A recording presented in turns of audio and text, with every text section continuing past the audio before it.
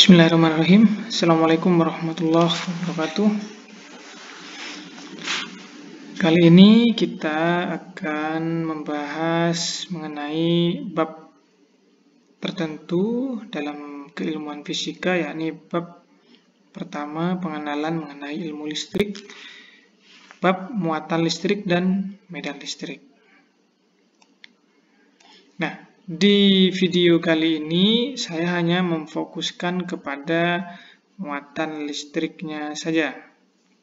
Jadi poin utama yang akan dijelaskan di sini adalah mengenai muatan listrik. Seperti itu. Untuk medan listriknya akan dijelaskan di video berikutnya.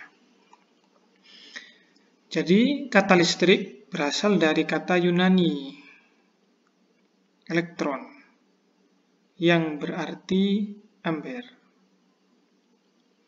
Ampere adalah getah pohon yang mengeras, dan orang dahulu tahu bahwa jika Anda menggosok sepotong ampere dengan kain, ampere menarik potongan-potongan kecil daun-daun sekitarnya. Seperti itu. Nah, selain fenomena tadi itu ada sepotong karet keras juga, dan batang kaca kita gosok, atau penggaris plastik lah yang digosok dengan kain, juga menampilkan efek ampere. Jadi ini yang disebut dengan listrik statis. Jadi asal muasalnya itu adalah suatu benda yang digesek ke ini sejenis karet keras, kemudian digesek ke kain atau ke batang kaca atau kemana lah intinya. Kemudian ada daun-daun yang nempel di situ seperti itu. Itu fenomena-fenomena itu yang disebut dengan listrik statis. Ada lagi yang sederhana yang biasanya digunakan oleh teman-teman saya dulu saat saya SD.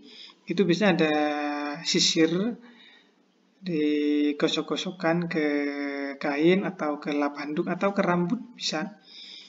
Itu kemudian didekatkan kepada serpian-serpian kertas, itu nempel kertasnya itu, walaupun tidak lama. Nah, proses nempelnya itu yang disebut dengan tadi proses atau fenomena listrik statis.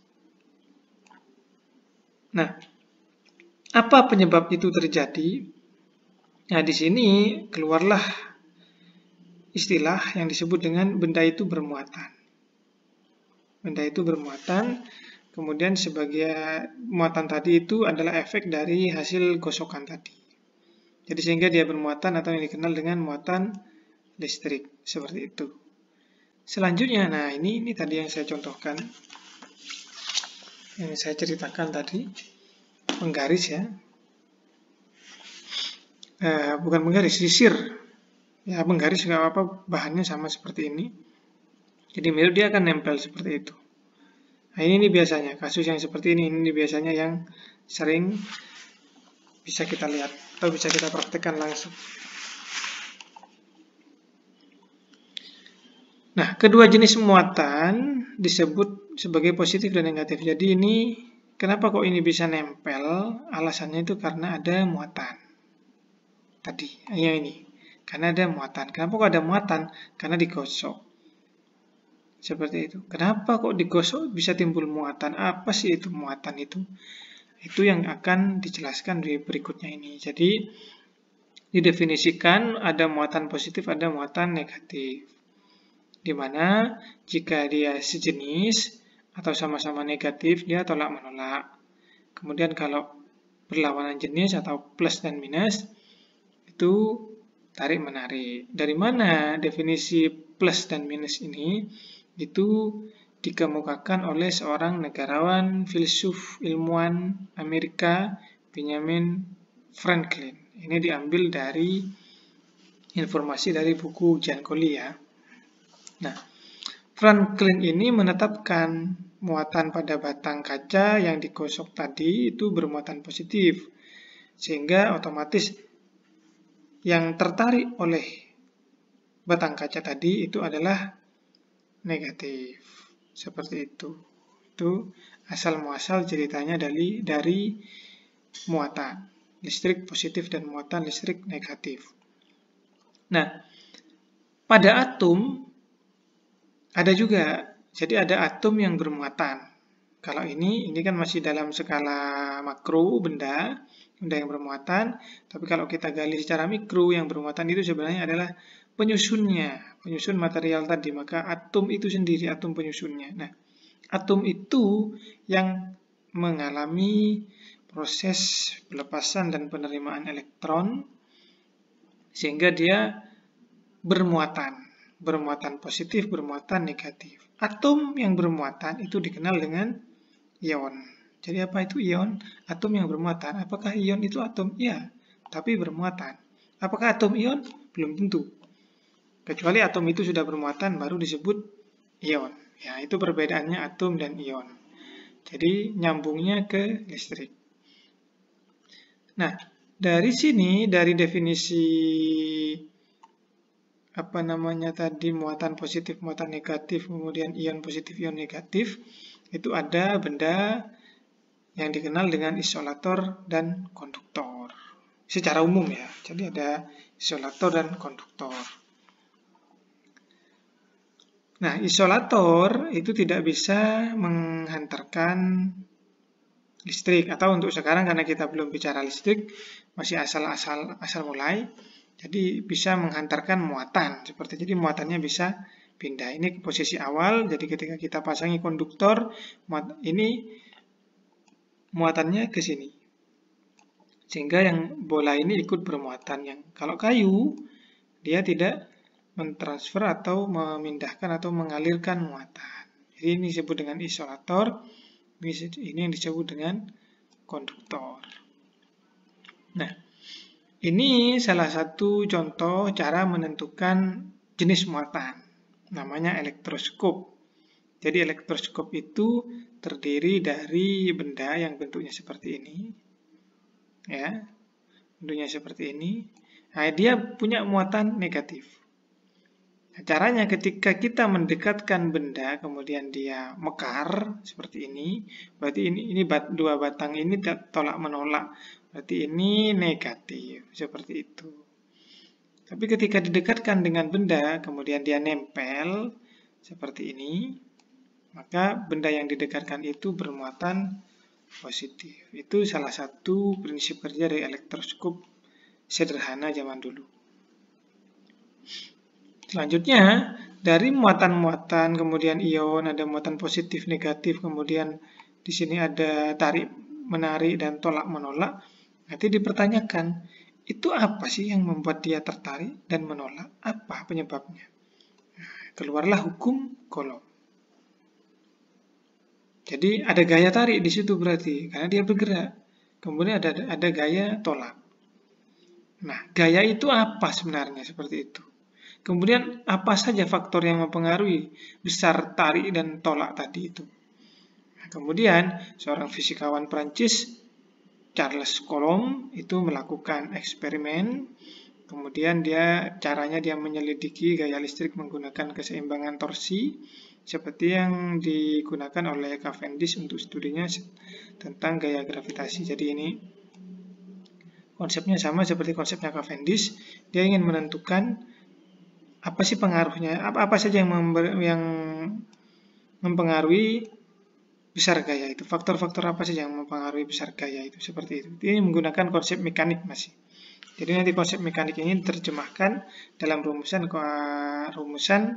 elektrik, seperti itu. Nah, dari penelitian tadi, dari percobaan tadi, Pak Coulomb itu menyimpulkan ada faktor-faktor apa saja yang mempengaruhi di situ. Jadi gaya satu objek bermuatan kecil diberikan pada yang lainnya sebanding dengan hasil kali besarnya muatan yang satu dikalikan ya dengan muatan Q2. Berarti yang mempengaruhi adalah hasil kali muatan yang satu dengan yang lainnya itu. Dimana dia berbanding lurus, semakin besar maka gayanya juga semakin besar, seperti itu. Kemudian di sini juga mengatakan berbanding terbalik dengan kuadrat jarak. Artinya dia berbanding terbalik, kalau jaraknya jauh, gayanya lemah. Kalau jaraknya dekat, gayanya besar, berbanding terbalik. Sehingga dari hasil eksperimen percobaan tadi, kemudian dikombinasikan dengan perhitungan mekanik torsi, karena dia menggunakan konsep torsi, didapatkanlah rumus F Q1 Q2 per R. Jadi K ini belum ada awalnya. Jadi dia K ini hanya konstanta saja nanti. Jadi setelah dianalisis lagi, apa sih sebenarnya K itu? Didapatkanlah angka K sebagai konstanta elektrik, nilainya 9 kali 10 pangkat 9 Newton meter persegi per kolom persegi. Seperti itu. K itu detailnya adalah 1/4 pi epsilon 0. Dengan epsilon 0 itu nilainya 8,85 kali 10 pangkat minus 12. Seperti itu. Jadi ini keluarlah rumus hukum Coulomb. Itu asal muasal dari hukum Coulomb. Ini belum listrik. Ini masih namanya muatan positif, muatan negatif, kemudian dia tarik menarik dan tolak menolak. Kemudian ditelusuri apa penyebabnya, ternyata penyebabnya ada gaya di situ. Yang mempengaruhi gaya itu apa saja, ada Q1, Q2 dan jarak R. Sehingga keluarlah rumus hukum Coulomb. Seperti itu. Ini sudah dipelajari di bangku SMP. Biasanya anak-anak SMP itu menghafalkannya kakiku retak-retak atau kakiku remak-remak. Biasanya seperti itu. Ini masih dalam format skalar ya. Karena ini gaya, ini ada vektor sebenarnya. Ya, jadi arah menentukan. Makanya kita harus memastikan Q1 ini dan Q2 ini apakah dia tarik-menarik atau tolak-menolak. Karena itu akan menentukan gayanya, arah gayanya. Seperti itu. Nah, hukum Coulomb menggambarkan gaya antar dua muatan, karena ada Q1 dan Q2 tadi. Saat dalam kondisi diam. Ya, masih diam. Gaya tambahan ikut berperan saat gerakan sedang berlangsung. Dan hal tersebut akan dibahas pada bab selanjutnya. Nah, ini bab berikutnya setelah kita bicara muatan yang bergerak. Ini kan masih muatan yang diam. Kira-kira kalau didekatkan dengan muatan, gaya agar dia bisa bergerak sebesar berapa itu masih. Seperti itu masih makanya. Nah, dalam bab ini kita membahas muatan dalam kondisi diam. Jadi hukum Coulomb itu memahami atau menjelaskan gaya saat sedang akan bergerak mendekat atau sedang akan bergerak menjauh. Jadi posisinya masih diam. Nah, ilmu listrik, ilmu fisika yang membahas mengenai listrik atau muatan yang diam, ya, itu dikenal dengan bidang ilmu elektrostatis. Jadi bukan listriknya diam, muatannya diam. Nah, ketika menghitung dengan hukum Coulomb, kita biasanya mengabaikan tanda-tanda muatan dan menentukan arah gaya secara terpisah berdasarkan apakah gaya itu menarik atau menjijikkan. Nah, ini kok menarik atau menjijikkan? Mendekat ya. Atau tarik menarik atau tolak menolak seperti itu. Ya, ini perlu diperbaiki, ini kok menjijikkan ini. Oke. Nah, yang ini bisa diperjelas, artinya tanda negatif itu tidak dihitung. Kalau muatannya negatif kan ada nilai minnya, itu tidak dihitung dalam perhitungan. Tapi dia digunakan untuk menentukan arah gaya. Ini perlu kalian ingat betul, nanti negatifnya malah dihitung. Seperti itu. Contoh, ya. Jadi ini ada tentukan magnitude besar dan arah dari electric force gaya listrik ya, atau gaya Coulomb sekarang masih jadi gaya listrik itu gaya Coulomb pada elektron di hidrogen, di atom hidrogen ya, di mana dia oleh single proton ditarik oleh single proton atau mendapatkan gaya, terpengaruhi gaya oleh single proton, satu proton seperti itu. Nah, ya, nilainya E itu 1,6 kali 10 pangkat minus 19 Coulomb. Jadi ini ketetapan dari elektronnya, muatannya dari elektron. Jadi kalau plus berarti dia proton, kalau min elektron. Oke, asumsikan Rata-rata jarak antara elektron dan proton itu 0,53 kali 10 pangkat minus 10 seperti pada gambar ini. Ada Q1, ada Q2. Yang ditanya adalah berapa gaya yang dialami oleh Q1 yang dipengaruhi oleh Q1 terpengaruh oleh Q2. Kebetulan di sini kan ininya negatif, ininya positif, berarti gayanya mendekat karena dia ditarik. Seperti itu, arahnya menghadap ke sana, ke kiri. Oke, tinggal kita hitung saja pakai rumus ini. F, K, Q1, Q2 per R kuadrat. Diketahui semua sudah. Jadi enaknya bab listrik itu rumusnya hanya tidak banyak, rumusnya hanya yang susah itu memahami cerita soal. Itu. Jadi makanya harus sering latihan, harus sering membaca. Sering memahami kalimat. Jadi tinggal dimasukkan rumusnya F sama dengan K Q1 per Q1 Q2 per R kuadrat. Nah, ini kursornya mana? Ini Q1 Q2 per R kuadrat, tinggal dimasukkan K-nya 9 kali 10 pangkat 9, kemudian Q1-nya 1,6, Q1 ini negatif, ini min 1,6, tapi tadi dijelaskan ya, tanda-tanda muatan jadi diabaikan, karena dalam perhitungan itu diabaikan, tapi dalam arah itu diperhatikan. Kemudian 0,5 ini satuannya sudah satuan internasional semua, kenapa kok pilih satuan internasional? Mengikuti besaran dari atau satuan dari K. K-nya ini. K ini kita pakai 9 kali 10 pangkat 9. Menghafalnya mudah. Tinggal dihitung saja 9 kali 1,6 kali 1,6 dibagi 0,53. Kemudian 10 pangkat 9, 10 pangkat minus 19, 10 pangkat minus 19 dibagi 10 pangkat min 10, jangan lupa dikuadratkan, 0,5 nya jangan lupa dikuadratkan juga, didapatkan 8,2 kali 10 pangkat minus 8 Newton. Arahnya kemana? Ke kiri. Nah ini kan ya, ke kiri ke kanannya orang kan tidak sama, jadi lebih mudahnya mengkalimatkan itu arahnya kemana? Mendekat ke proton, mendekati proton, seperti itu. Jadi kalau protonnya di belah kiri, ya berarti dia bergerak ke kiri. Jadi menjawabnya seperti itu. Jadi nilai gaya elektron itu adalah 8,2 kali 10 pangkat minus 8 yang mengarah ke proton, di mana protonnya berada pada jarak 0,53 kali 10 pangkat minus 10. Seperti itu. Apa? Lanjut. Contoh kedua.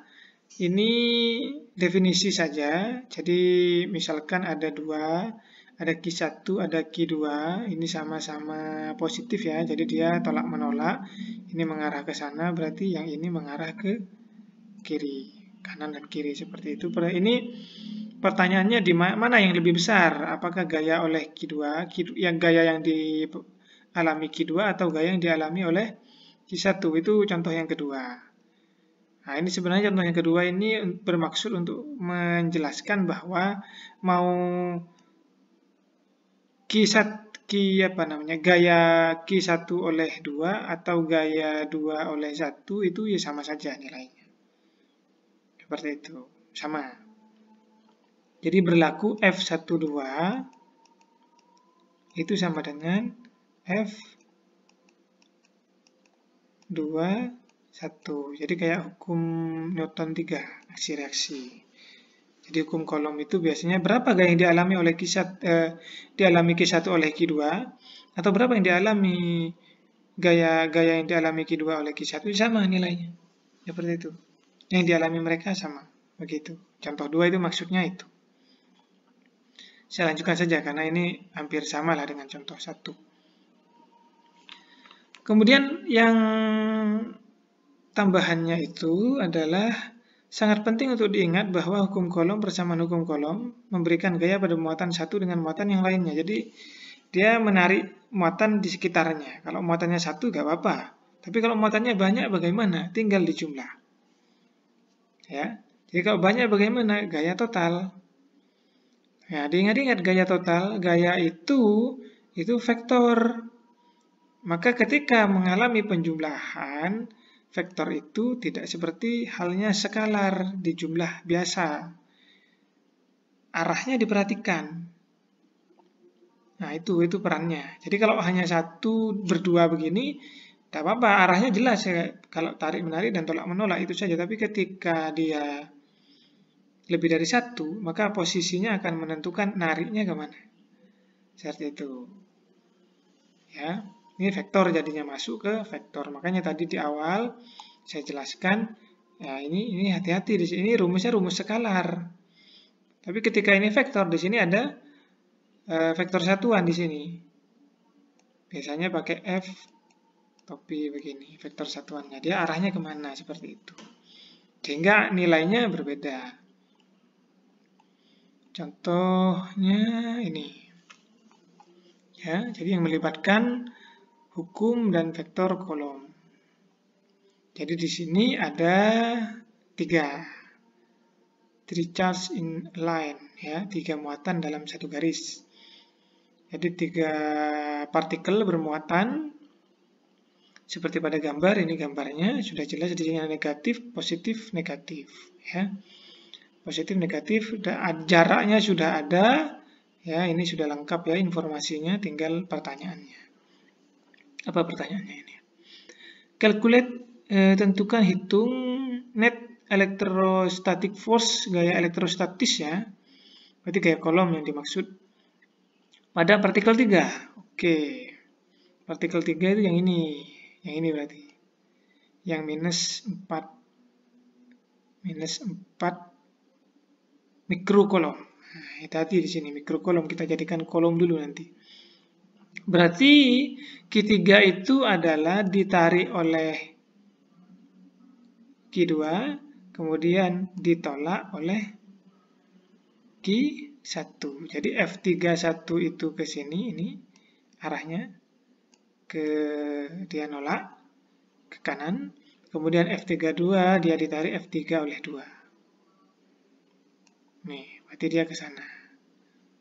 Seperti itu. Jadi tinggal kalau ke kanan positif, ya berarti ke kiri negatif, itu saja sederhananya. Kalau kita definisikan kanan positif, kiri negatif.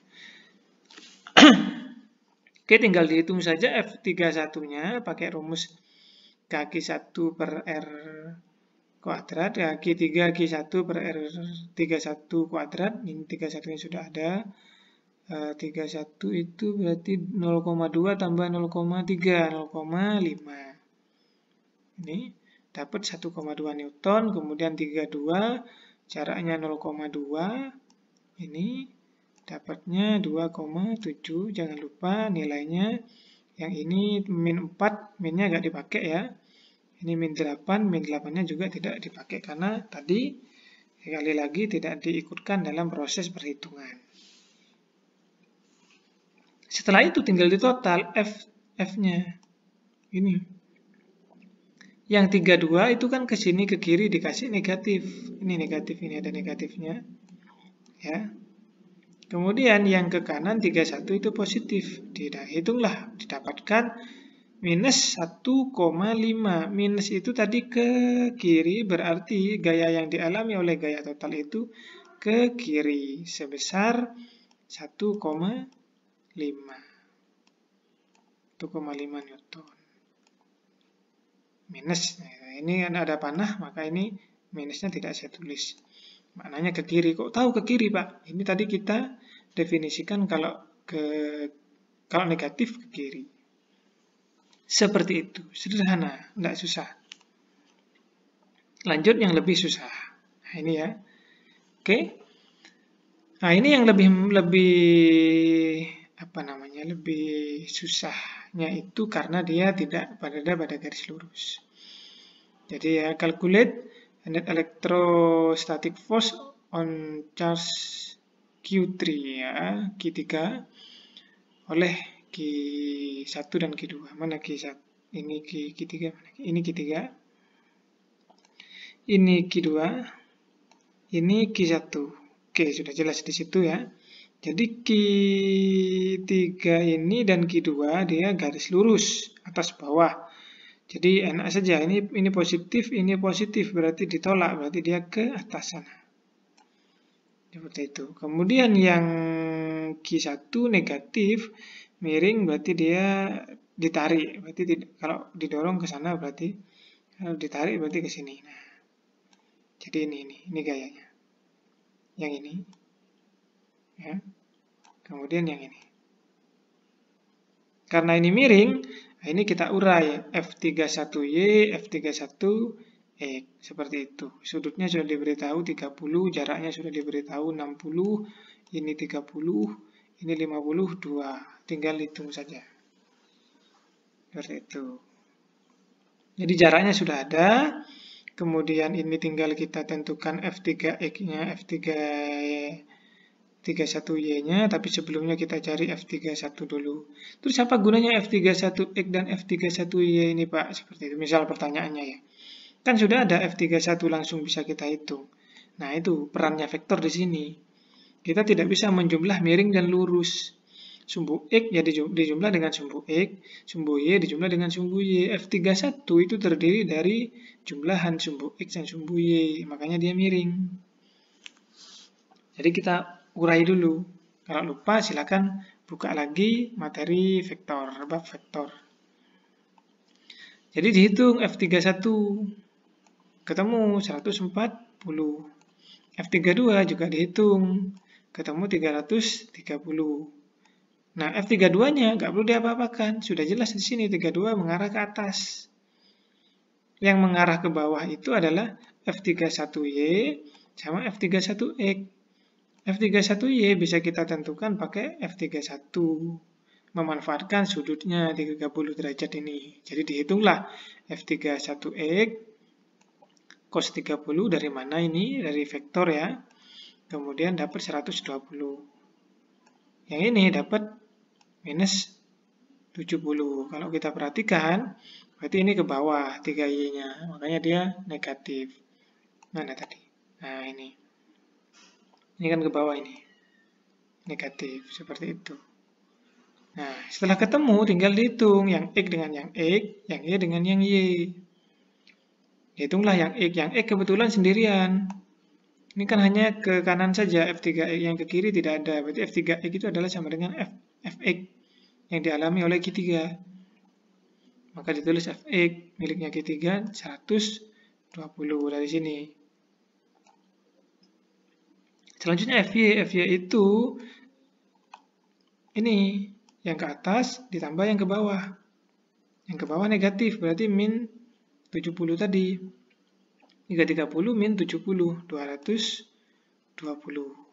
Setelah itu, ketemulah Fx dan Fy, baru dijumlah. Ini rumusnya, buka lagi vektornya. Ketemulah 290. Arahnya kemana? Kalau arahnya berarti Fy per Fx, tangan. Kemudian di inverse. Ini dapatnya 2,2, inverse dari tangan 2,2 dapat 65. Ini kalau kita 65 itu ini sudah. Ini versi jawaban. Jadi F32 ditambah F31 ketemunya ini. Ini tetanya ini berarti 65 derajat. Dengan besar tadi berapa besarnya? 290 Newton. Ya, terus ya. Jadi jawabannya adalah gaya yang dialami oleh Q3 yang disebabkan oleh Q2 dan Q1 sebesar 290 Newton yang arahnya 65 derajat. Dari mana? Dari sumbu X. Jadi ini bacanya 65 derajat dari sumbu X. Seperti itu. Oke, demikian bab mengenai hukum Coulomb. Ini tugasnya. Silahkan dikerjakan. Ya, nomor 1 sampai 7, 14, dan 15. Dari buku fisik ya, Ijan Koli halaman 465 di bagian problem, halaman 465. Nanti jawabannya upload di Elitak, nanti saya buatkan tempat upload jawabannya, dikumpulkan sebelum kuliah berikutnya. Nah, ini aturan-aturannya ya, disesuaikan dengan waktu yang di Elitak minggu depan. Kemudian jawabannya ditulis dengan tangan tinta hitam, atas pojok kiri atas, ya, ada NPM, nama lengkap, mata kuliah, dan kelasnya. File uploadnya formatnya PDF, maksimal 5 MB. Nah, ini file penamaannya jangan lupa seperti biasa ya. Ini sudah biasa di kelas saya seperti ini. Itu saja dari saya untuk bab hukum kolom. Selanjutnya nanti lanjutan dari setelah hukum kolom itu ada namanya medan. Saya jelaskan di video berikutnya. Terima kasih. Semoga bisa bermanfaat. Assalamualaikum warahmatullahi wabarakatuh.